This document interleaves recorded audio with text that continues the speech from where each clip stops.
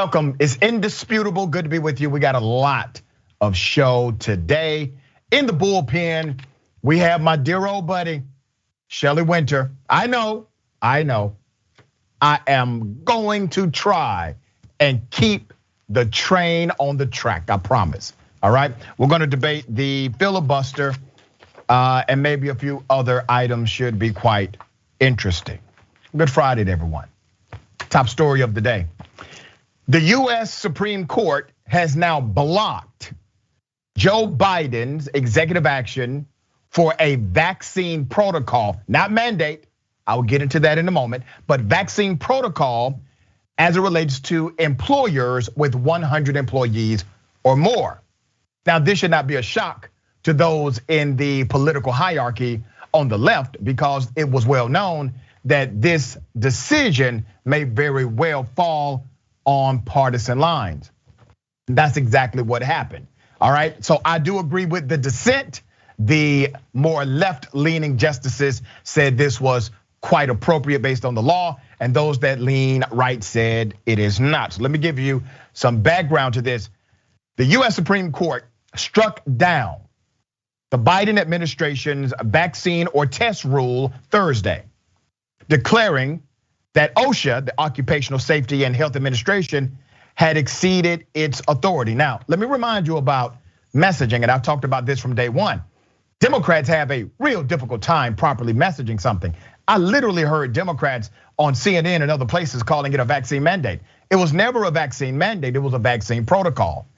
A vaccine mandate would mean that this was a mandate that everybody had to get it. That was not the case. You had various exemptions. Number one, you could test out once every 7 days. Number two, there was a religious exemption. Number three, there was a philosophical exemption. And number four, there was a medical exemption. Not a mandate, but definitely a protocol, all right? Number two, the other part of this whole thing, like the big part, is that Biden was aware that this would likely get overturned, or at least a strong possibility. But even when the administration was pressed about the possibility of the Supreme Court, the response was basically, hey, guess what? By that time, a whole lot of people would have been vaccinated because of this protocol, and Americans will have lives saved, all right? But at the same time, the court upheld a regulation issued by the Centers for Medicare and Medicaid Services that mandates vaccines for almost all employees at hospitals, nursing homes, and other healthcare providers that receive federal funding. So we call this a mixed decision, okay? This is a mixed decision. So on one hand, the Supreme Court says no to the mandates. I disagree with the majority. I agree with the dissent in this, but that is the ruling of the court. But on the other hand, they said if it happens to be a healthcare facility that receives federal funding on any level, then the mandate or protocol is proper. Now, let's go back to what's not happening. You will not see any left-leaning group storm the US Capitol. You will not see left-leaning groups call to get weapons and possibly kill members of the government. You will not see left-leaning groups call for the death of conservative Supreme Court justices. Left-leaning groups are not going to go to the streets and act out in violence. You know why? Because those who are progressives, they demonstrate their values within the context of the system they believe in. They believe in the system of change. They believe in the system of progress. And so they are going to express these values in the context of that system. And they are going to follow and uphold the legacy of great Americans like Dr. Martin Luther King Jr. Those on the other side, not so much. So this gives a massive contrast to those in this country who actually would like to see this country be all it can be. It's amazing how those on the right will argue that in order for America to be great, you must kill Americans. That in order for America to be great, you must destroy the Constitution. That in order for America to be great, you must dismiss democracy and rule of law. But those on the left are going to continue to fight the ultimate battle over and over again. because we push the needle. It's a game of chess, not checkers. Remember that lesson. The game of chess is different from the game of checkers. In checkers, you use power to gain position. But in chess, you use position to gain power. The question is, have we moved the needle in the right direction? And I would emphatically say yes. The needle is moving in the right direction. Even with a conservative Supreme Court, the Biden administration did get at least half a win, which is more than the Biden administration has done for themselves, okay? There's more. The vote to invalidate the vaccine or test regulation was a 6-3 vote along ideological lines. Although Congress has indisputably given OSHA the power to regulate occupational dangers, it has not given that agency the power to regulate public health more broadly. Now, I want you to remember that. That is according to the ruling. The majority said in an unsigned opinion, requiring the vaccination of 84 million Americans selected simply because they work for employers with more than 100 employees certainly falls in the latter category. Now, remember, they said, hey, OSHA has broad powers based on the 1970 law that Congress passed. That law gets its power out of the Commerce Clause of the US Constitution. Once again, I stand with the dissent. But those in the majority opinion said, hey, the reason why we're saying this is illegal is because OSHA does not have the power to regulate these massive health issues in the workplace. I disagree. Let me show you why. 1970, the Occupational Safety and Health Act, commonly called OSHA, was enacted to create what? Safe working conditions by authorizing standard work practices. Congress found that workplace personal injuries and illnesses, this is in the wording of the congressional law, and illnesses contributed to a decline in production and wages, plus an increase in medical expenses and disability compensation. The act was designed to ensure that workers are protected from hazards that may affect their safety and health. Word for word, statutory language is in the actual bill passed in 1970. Yes, OSHA has the authority based on the legal statutory language to regulate as it relates to health. The dissent, once again, in my opinion, was correct. There's more. So Justices Stephen Breyer, Sotomayor, Kagan, the court's three left-leaning, they dissented in an opinion written by Breyer. They said the conservative majority seriously misapplies the applicable legal standards. I agree, and in doing so, it stymies the federal government's ability to counter the unparalleled threat that COVID-19 poses to our nation's workers. I completely agree with that summary in the dissent of the US Supreme Court. All right, the decision to invalidate the regulation comes as COVID-19 cases soar. Earlier this week, a record 1.4 million new cases were reported in one day. Hospitals across the country have been swamped, mainly with unvaccinated patients. Some hospitals are reporting that 88% of the hospitalizations are people that are not vaccinated. The situation has been serious enough to prompt some governors to call out the National Guard to help, even as governors in some other Republican-dominated states have made vaccine mandates illegal. They're talking out of both sides of their ass, basically. In a statement, President Biden said, and I quote, he was disappointed that the Supreme Court has chosen to block common sense, life-saving requirements from employees at large businesses that were grounded squarely in both science and the law. Once again, I agree with the dissent. The president said his administration's various vaccination requirements have saved lives. Yep. And he called on business leaders to immediately join those who have already stepped up, including 1/3 of Fortune 100 companies, and institute vaccination requirements to protect their workers, customers, and communities. Once again, vaccination protocol should have been the messaging standard for the president and others. The court upholds mandates for health workers in stark contrast to the decision in the OSHA case. The court voted 5-4 in the CMS case to uphold mandatory vaccinations for Medicare and Medicaid providers. The court's 3 liberals, according to the narrative, were joined by Chief Justice Roberts and Kavanaugh, okay? This is going to be interesting because I actually believe this will be challenged on another level, but it's going to be interesting to see exactly how this pans out legislatively, because at some point you have to create legislative behind these executive orders and judicial rulings. Right now, you do not have exact legislation to govern this other than what states, primarily Republican states, have decided to write into law. But there you have it. Guess what? Nobody's trying to destroy the country.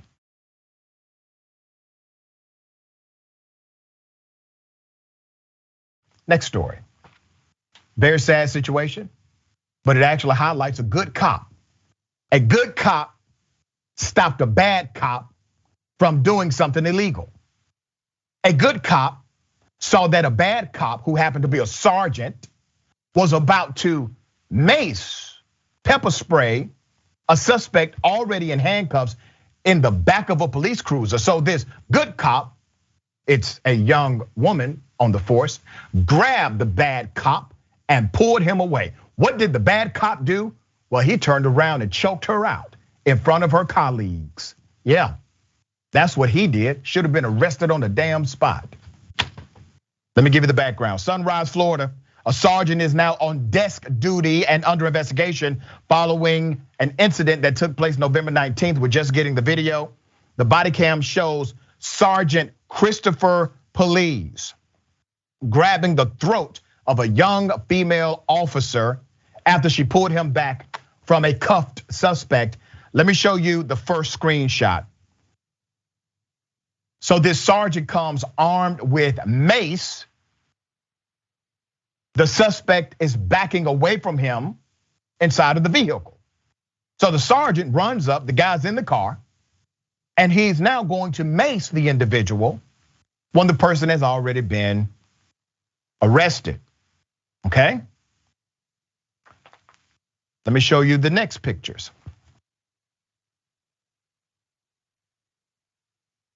Now, what you see, the blurred image is a young female officer who has now intervened and pulled the sergeant completely away from the suspect who is handcuffed and made sure that the suspect had his rights respected. That's a hero. And this is what happened after she intervened. The sergeant turns around and he chokes her in front of all of his colleagues and the suspect. Okay? Here's what I'm thankful for. The chief spoke up. The chief actually said something. The chief, Anthony Rosa, shared his reaction with 7 investigators and said, "I find this behavior to be disgusting. I think the video speaks for itself." The chief also applauded the young officer, saying, "So I'm very proud of this police officer. She took some definitive action. I can only imagine what she must be feeling. She's a newer officer, keep that in mind. A newer officer, and he's a very senior sergeant." The 28-year-old, who 7 investigators did not name, has been with Sunrise Police for just over 2.5 years. Compare that to 46-year-old Sergeant Christopher Police, a 21-year plus veteran of the force. Yeah, you see, we keep talking reform. We just need police reform. No, you need police replacement. The reason why this happened, the reason why there's a good cop story out of this is because there was a new cop who chose to be good, who chose to do the right thing. And thankfully, the chief of police is standing with her. However, everyone here knows that sergeant should have been arrested on the spot, which proves the culture that permeates still protects people like him. She was a victim of assault. She was choked out by a sergeant who, this woman did exactly what she was supposed to do. She has a duty to intervene, to protect and serve, and she did that. She did it quite well. Here's what led up to it. Just a minute earlier, the body camera shows a man being walked by officers to a patrol car. He was being arrested for aggravated battery after police say he hit people outside of a convenience store. The man under arrest is already in handcuffs, but officers appear to be having difficulty getting him into the car. Around that time, the sergeant pulls up, walks up to the suspect. Sunrise Police Chief Anthony Rosa says he cannot tell us what the sergeant said, but says it made the situation worse. So the police chief said, listen, I won't tell you what the guy said, but I will tell you this. What the sergeant said made everything worse. Made everything worse, and he did not de-escalate. That's what the chief of police said during an interview. He said, and I quote, I find it to be inappropriate and unprofessional because what he did is he escalated the situation when calm was actually required. Now, here's the kicker. There's a new law. There's a new law. Here's the law. There's a new state law requiring departments train officers on their duty to intervene. Yes, duty to intervene, meaning if you don't do it, you have now committed a criminal act. If they see another officer using excessive force, Chief Rosa says Sunrise already has policies requiring intervening and de-escalation. They are not interested in releasing the audio, so here's what they did now. They released the video, would not release the audio. Why do you think? The culture. There is still something there. So even though the chief of police is praising what this young officer did, he did that during an interview, he has to. It was physical assault. The sergeant was absolutely wrong. But why is the sergeant still getting paid? Why is the sergeant still employed? Why is the sergeant on desk duty? Why has the sergeant not been arrested? If you're talking about protecting those that are heroes among your ranks, like this particular woman who decided to stand up, and all of these damn men who saw this woman being choked out did absolutely nothing but let it happen, your culture is still corrupt. That 28-year-old who did this needs to be the new chief. I hope she's on the pathway to leadership in law enforcement quickly. The sergeant should be arrested. We're gonna stay on top of this story and bring you updates as they develop. Do you remember a story I covered not too long ago?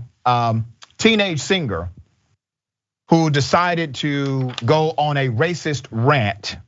Let me give you more of that video. Here it is. Mexicans and Middle Easterns out. All they do is want to kill people. What about the African situation? What? What about what? Africa. Africans kill them! Literally, we should blow up the whole continent of Africa. How do you feel about Germans? Y'all are Nazis, but since y'all hate gay people and black people, I support. Hail. Hail Hitler! Honestly, Hitler was a pretty quality man, and he went out the right way by killing himself. I feel like I'd rather kill myself than be killed by a firing squad. Let's think of going out. Favorite N-word?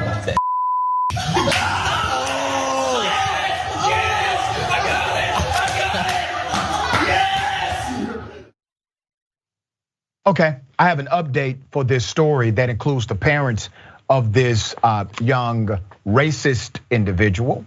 But before I go to the parent side, there was more video. Here's the other part. What are your favorite like racial slurs? Oh God. Okay. Break. Keep going. Next. Literally, I'll give them little arms. Literally get What it happen? It's a slur. monkey. All black people look like monkeys. You can't convince me different. Okay, they literally look like they should grow ears and have a tail. And serve in the woods and in the jungle. No, but not the ones that are like, woo. Yes, they do. Have you seen Curious George?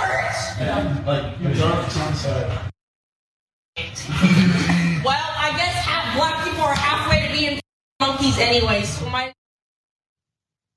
It's a damn shame. That's Gracie Wood, a popular singer. This is in South Carolina, okay? Now, I have said this many times and I'll stand by it. Racist children, racist parents. It's not really a hard connection here. But her parents, her mother in particular, happens to be a somebody in that local community, a news anchor. The story gets deeper. Her mother, her name is Amy Woods. Let's put up their family photo. Amy Woods is a news anchor for WSPA TV in Greenville, South Carolina. Gracie's father is Mike Wood, a magistrate judge. Gracie was a popular Instagram influencer and singer-songwriter, but has now deleted her social media accounts, has not commented on the videos at this time.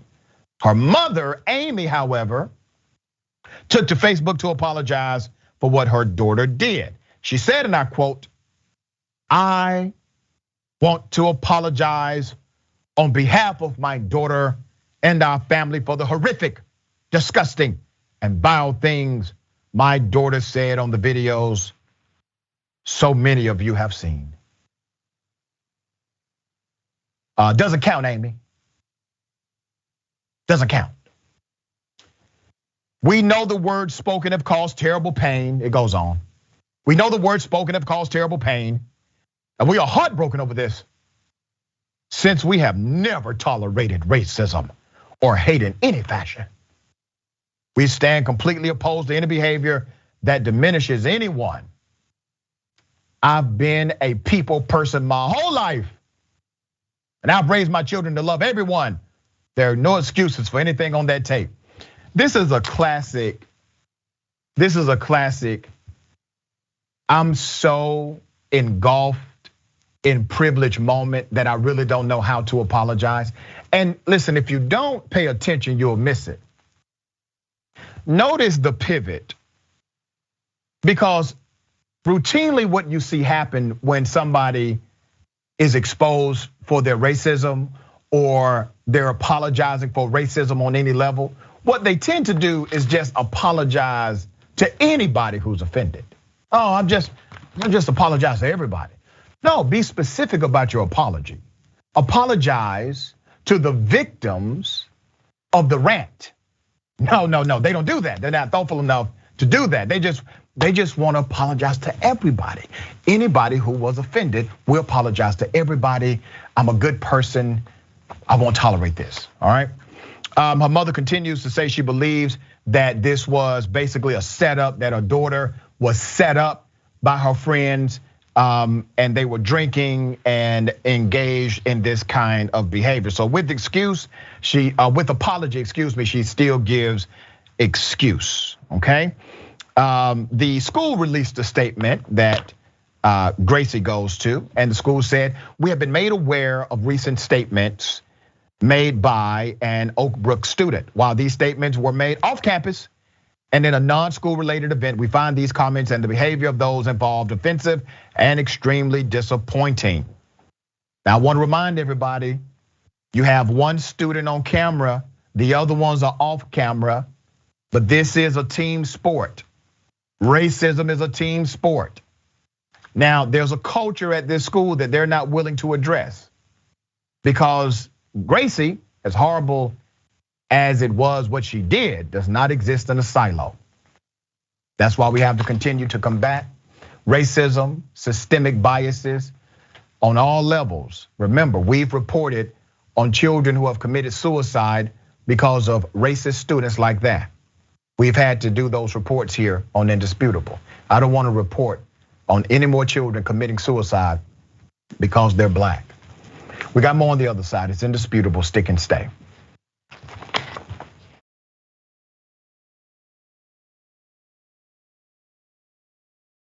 We got a big deal happening. The Watch List, the big homie J.R. Jackson host the Watch List starting January 24th. January 24th, weekdays, 12 p.m. Eastern time, 9 a.m. Pacific time. This is a new 10-week test series on TYT. Find out what stories you should be paying attention to in news, politics, culture, current events, sports, and more. So here's how you can support. Make sure you tune in live daily. Also, subscribe and follow at youtube.com/watchlist TYT, facebook.com/watchlist TYT. And also members, potentially that's you. To those who are already members of TYT, thank you, all right? TYT is in the forefront of change, not only in this nation, but beyond. We are at the forefront of a lot of change in the progressive movement, but it's because of you. TYT.com/change to become part of that change machine. We have no live show on MLK Day. We have no live show because we observe the MLK holiday. We'll be back live Tuesday on January 18th. You can catch up on Indisputable, listen to previous episodes on the Apple Podcast, Spotify, Google Podcast, wherever you listen to podcasts. Just search for Indisputable with Dr. Rashad Ritchie. Click, follow, and rate us 5 stars if you enjoy the programming. Ladies and gentlemen, I wish a Karen would. You want to call the police on them for having a barbecue on a Sunday. I feel free! Back off! I'm going to tell them there's an African-American man threatening my life. Hey. Deuces. What's your name? I don't have one. Oh, me neither. Just playing little hoops. What? Just shooting hoops. You the security for Walmart? No, I don't do security. Oh, okay. You just follow people in Walmart? Yeah. Oh, okay. That's what I like to do. Why? Is that weird? No, it's not weird at all. Is that what Well, normal following people people is weird. Yeah. That is kind of weird. Yeah. That's cool. We like to be weird. You with her too? Just make sure I get all of you. And I'm gonna continue shopping. Okay, what are we gonna do? We gonna make like a show or what? What are we gonna do? You want us to say something? If you like. Something? If you like. Okay, what do you want us to say? Anything. Just make a fool out of yourself. Okay. What do you want me to say? Anything. What's in anything? That's up to you. Anything. I'm gonna go ahead and shop and you're live. Okay, well, we're gonna stand right here while you shop. You say you're gonna stand here while I shop? So that's not harassment? No. Oh, okay. Yeah, this is asset protection at Walmart. That is the worst loss prevention officer I have ever seen. So this particular formation of Karenicity is actually common. Now, here's what I've noticed over the years of my life. If I walk into a particular store, and it has happened to me. So if you're wondering, Doc, have you ever been profiled inside of a store and somebody followed you that you could tell was from loss prevention? Yes, and sometimes it's a regular ass employee. Okay, so yes, it has happened. But I notice if I look a certain way, if I have on a suit and tie and I'm walking around, I don't seem to be a bother. But if I walk in with my regular clothes on, which I wear regular clothes too, I'm not in suit and tie every day. All of a sudden I'm a threat. I must be up to no good. And I get those moments in my life too. I'm glad this young man decided to turn the table and start recording that he was being followed and that he was being profiled. We have no statement from Walmart about this, but Walmart has been under fire for this since forever.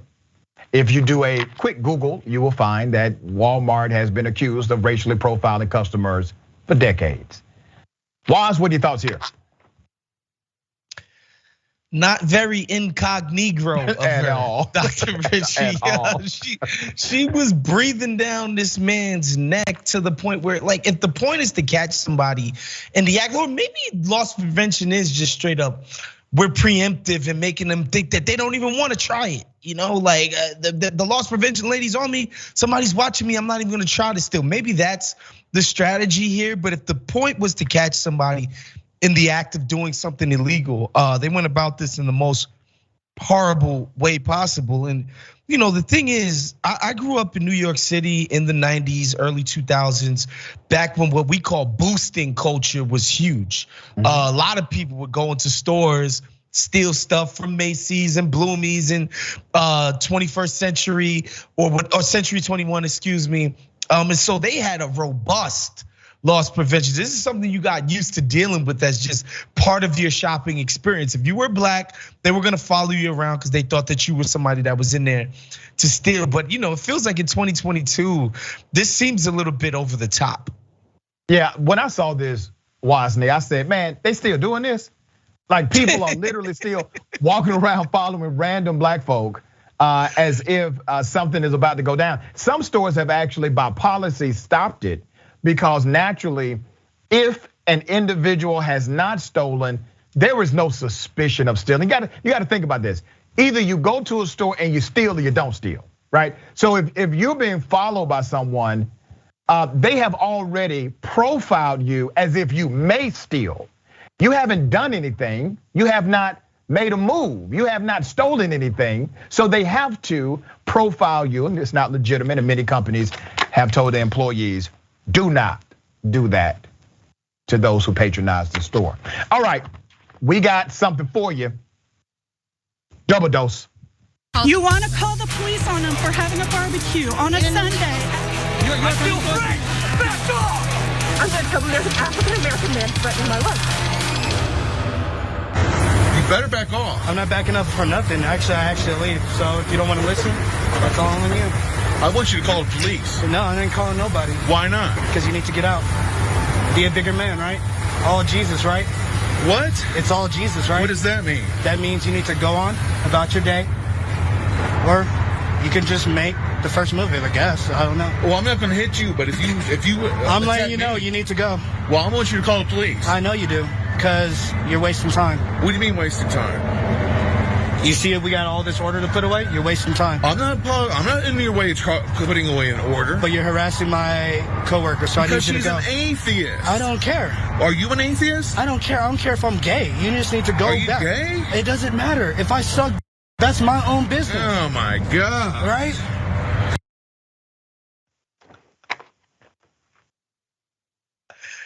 Okay, there's more. Here it is.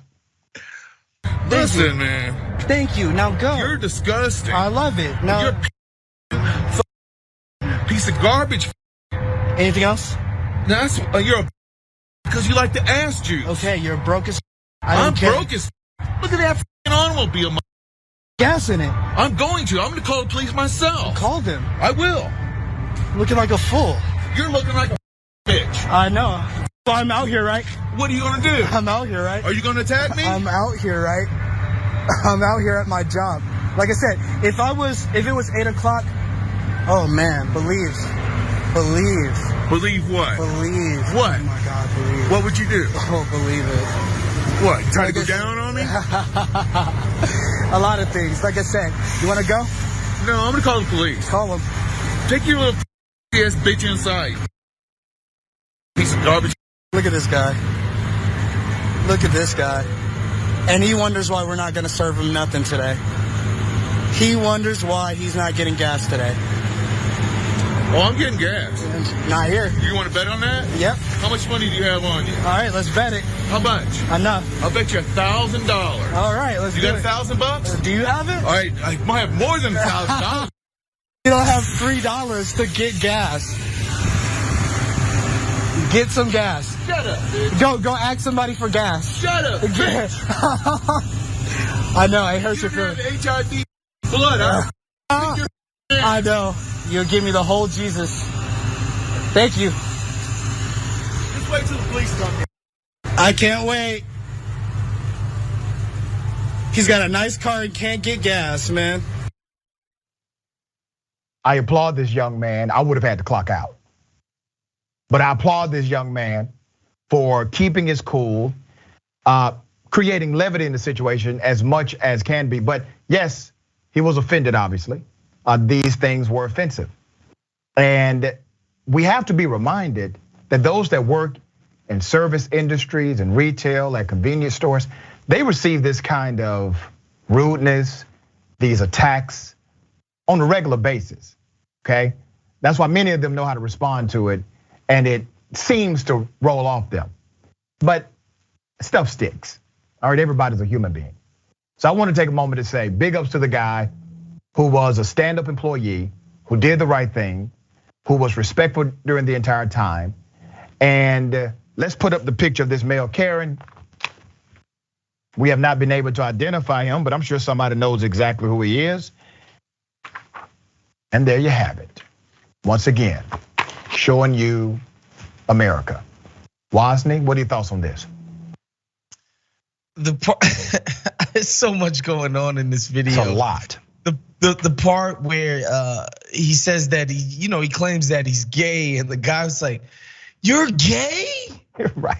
Oh my God. It's like, when mom made meatloaf and maybe you thought she was getting some spaghetti or some fried chicken. And he's like, meatloaf, Brussels sprouts. Oh, he was so disappointed. It was, that was just an interesting video. And then, he begins to go in his homophobic rant or whatever, talking about ass juice and all kinds of, it was a lot.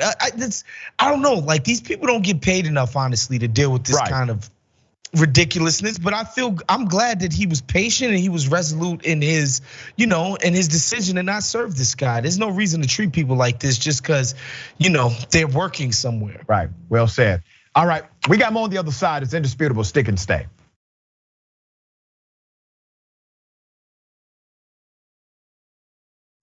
A white father kills a black man in road rage. Here's the video.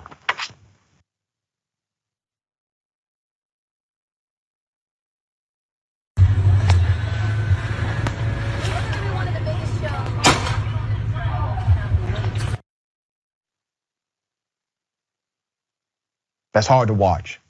I know that's hard to watch. It's hard for me to watch.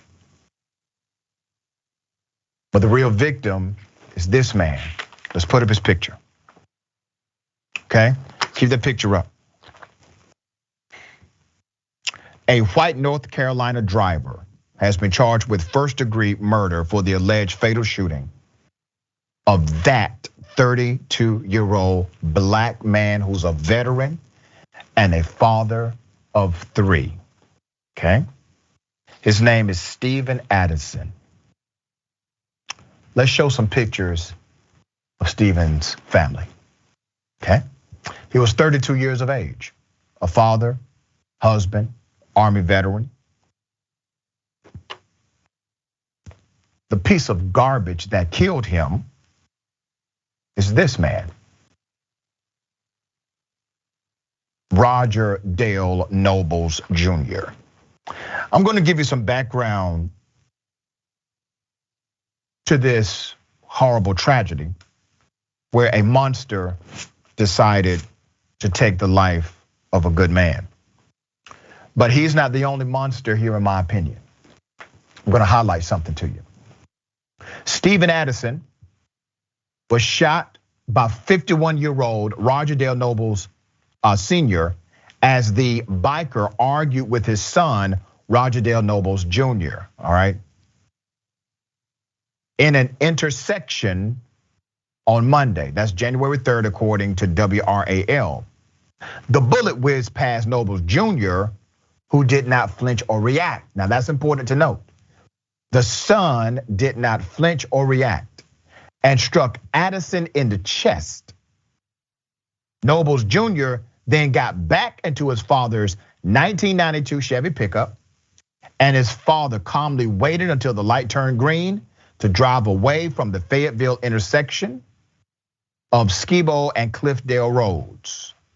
That's according to WRAL again. Noble Sr., the father, was arrested upon arriving home after the incident. He's charged with first-degree murder. His son was taken into custody and questioned.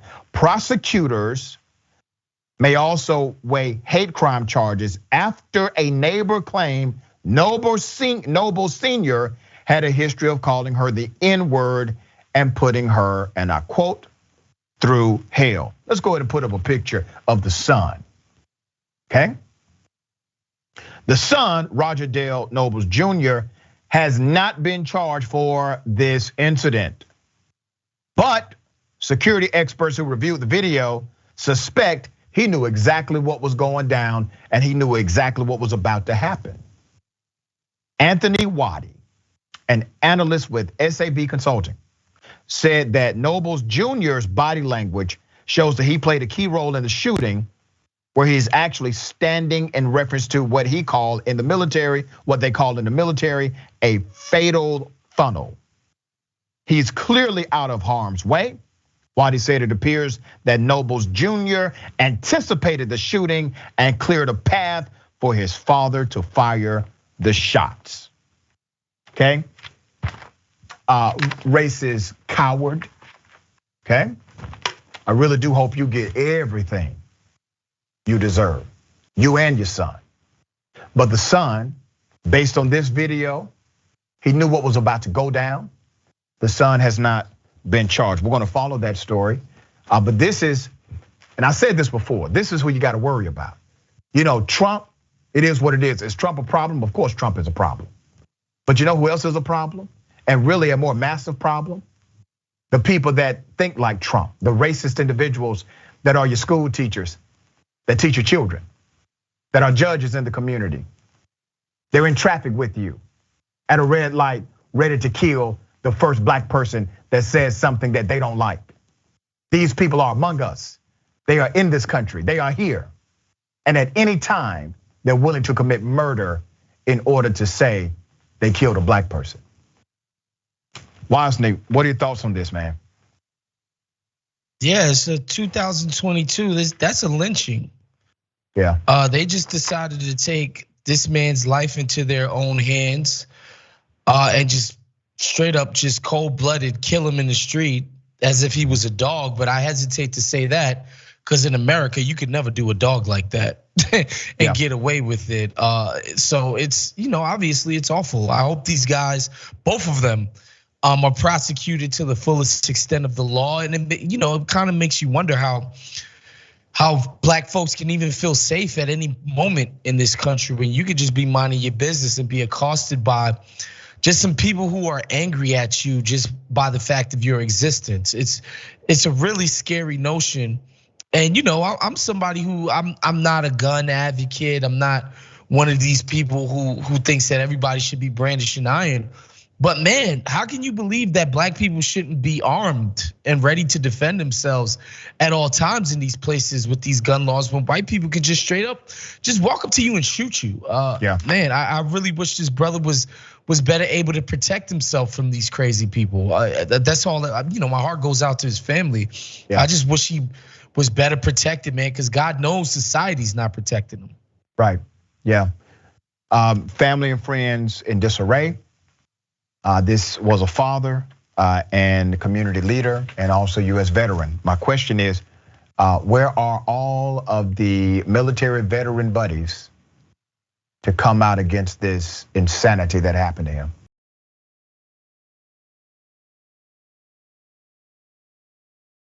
Police decided to arrest a man for doing something that is legal and constitutionally protected.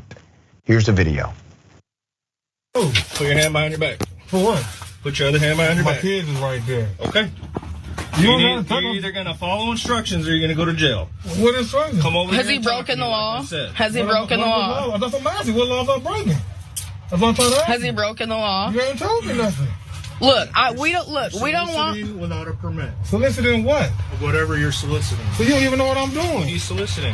That's why we're trying to come over here and talk to me. Thank you. Keep that rolling. I'm recording. If there's problems, if you don't want him doing that, then that can be done. But like, he's not doing anything wrong. Where's your ID? He lives here. Give me your ID. For what? Has he broken the law? Is he committing a crime? I just told you. Soliciting without a permit. Soliciting what? Soliciting. I haven't asked anybody for any money or anything. Okay. What am I soliciting? Then what are you doing? Have I asked you for any money? No. So he hasn't tried to sell me anything. Yeah. Then what are you doing? Collecting signatures. That's what I'm doing. I can do that. What? It doesn't matter. I can do that. It does matter. We have a right caller, which is why we're here making contact with you. Okay. What does the caller tell you? I didn't ask nobody for any money or anything. For what? Okay. Where's your ID at? See, they ask all the questions, but they don't want to answer no questions. If you fail to identify yourself, you're going to go to jail. But he's not committed a crime and he's not doing anything wrong. We have the right. We have the right to petition in this country. Back, you're under arrest. No, I'm not. Turn around and put your hands behind your back. You're under arrest. What am I going to arrest for? Can I have your badge number, sir? Hindering and opposing. Turn around and put your hands. Hindering what? There's no investigation because there's been no crime committed. Okay, well, don't play with my rights. I need your badge number. Turn around. You're under arrest.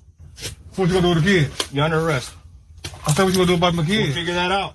Turn around. You'll figure that out. Seriously? What's he under arrest for? What's your badge number, officer? You legally have to provide that to me. You're on my property, on my camera, under my surveillance with my sticker in the window, and you owe me a badge number, both of you. We'll get you that when we're finished. When you're finished, I need a badge number now, or I'm going to have them call them, and then I'll have your superiors come down here. There are due processes that you need to follow as officers, and you're not. So please give me your badge number.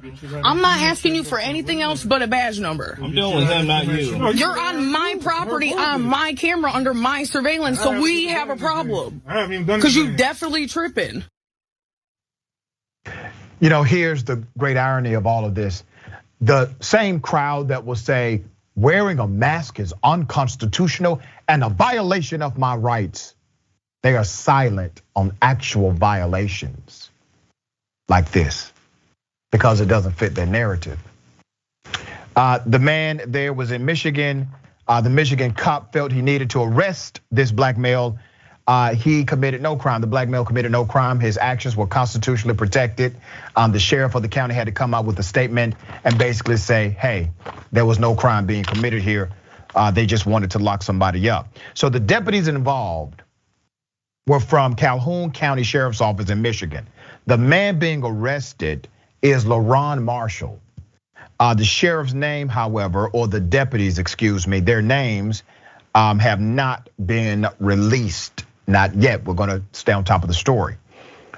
Later on in the 10-minute video, the arresting deputy can be seen shoving Marshall into a patrol car with force.